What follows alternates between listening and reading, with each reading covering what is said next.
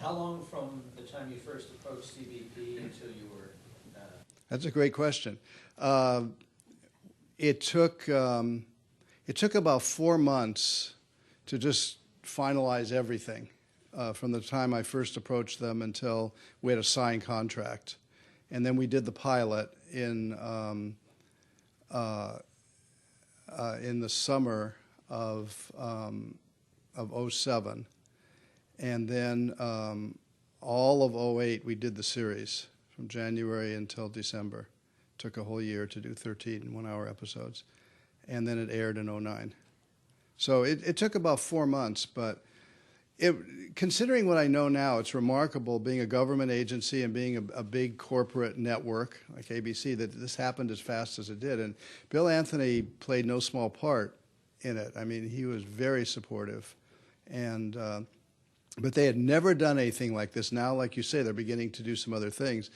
The contract had to be hammered out. Now I understand they use our contract as the basis for other shows that they're doing. So it's not going to come out on DVD, right?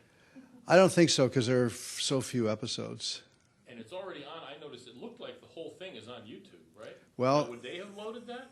Oh, no. They wouldn't have. Okay, I didn't think so, but it's all there and it hasn't been pulled down. Really? I don't know. I don't own it. Okay. So I don't know. But every so often I'll get a request from somebody who wants a copy. But see, I don't own the material, so it's ABC that owns the material. Any other questions that you'd like to ask about it? Yes. Do you have any desire to do something like this again, if you could sell it or find the right? Sure. Sure. The stories never go away. I mean, sadly, they're there. Some of the new shows that are being done, though, are more specific. Like the National Geographic one is strictly CBP, and I know one is somebody's doing a pilot now for just air and marine. They're trying to do that. So I mean, people are picking off pieces of. We tried to do everything. We were only able to do one Secret Service story because, well, the name says it, secret. So we just couldn't do much with the Secret Service. We couldn't do much with ICE. We did several, though. I mean, I didn't know when I began the series that the United States has 5 international mail centers, where all the foreign packages and letters that come to this country go through the mail center, and they're sent through X-ray, and things are inspected. And that's in doing we got some of our most bizarre stories at the mail center, besides the usual cash and drugs and other contraband being sent forth. We were there when they opened up a package from Thailand. This guy had no idea what it was, but it was barbecued bats, a delicacy apparently in Thailand, but not legal to be brought into the United States. So that was found. So one more, they opened another package. We were right there watching the X-ray screen, and he said, "Oh my God, that's a human skull." And they opened the package, and there were 12 human skulls from China, and who knows why. But that was another. It was just the skull. Just the rest of it wasn't. Well, there was no. I mean, but there was some brain matter in a couple of them, and then, like I said, pills, illegal drugs, pills in toys, hidden in toys. Yes. I spent most of my adult life in Arizona and used to cover the border and used to live in Mexico for a while as well. So we are working on a video which you would like to take some of the heat that's being generated, as you know, from Arizona and convert it into light with historical context that sort of explains how we got to where we are now and what the situation is along that 375-mile border, which is the most intense corridor, actually a series of corridors for illegal immigration. Would you have any generic advice to those of us who are far more accustomed to working in print as to how to translate stories into video form, how to tell a story? will probably hire a filmmaker who would know how to do that. Vice versa, we don't have a budget.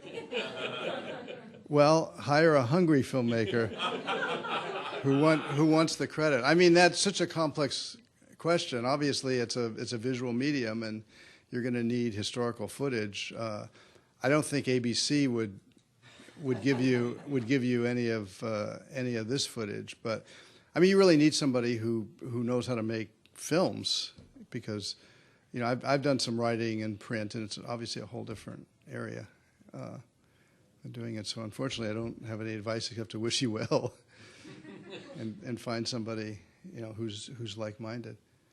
Do you think for instance, if National Geographic Channel is picking up the Nick Stein's, the Yes. Border Wars, now are they not based in LA? In other words, do you think there's a sort of geographic thing there too, that they're not part of LA culture, or is National Geographic Channel there too?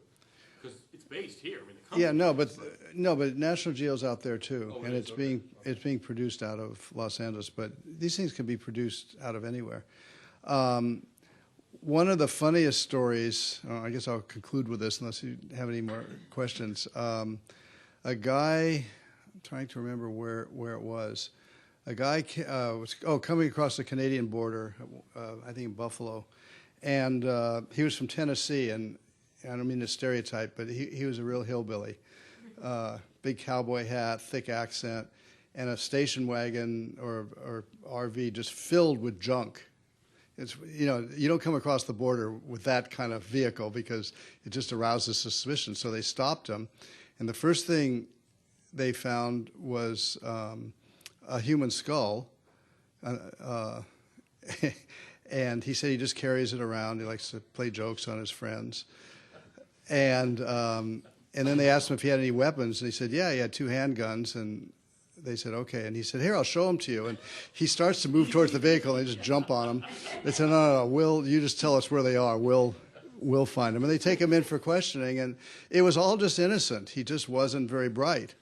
And, you don't come across the border with 2 loaded handguns and a human skull in a very messy RV. So they told him next time to leave the guns at home and leave the skull at home. Then at the very end, he puts on a Halloween mask for us and makes a face and drives off. I mean, they're just. The officer said, I've been here a long time, and this is, every so often you have a first, and that was the first.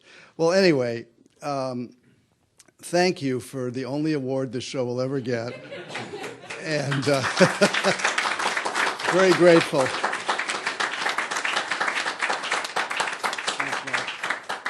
Thank you, Arnold. Very nice. Like I said, though, all the episodes are on YouTube now. Until ABC finds out about them, maybe they won't be. But I've watched quite a few of them. They're broken up in like 3 parts or something like that. So they're definitely worth watching. Anyway, thanks for coming. I'm not sure we even have to leave.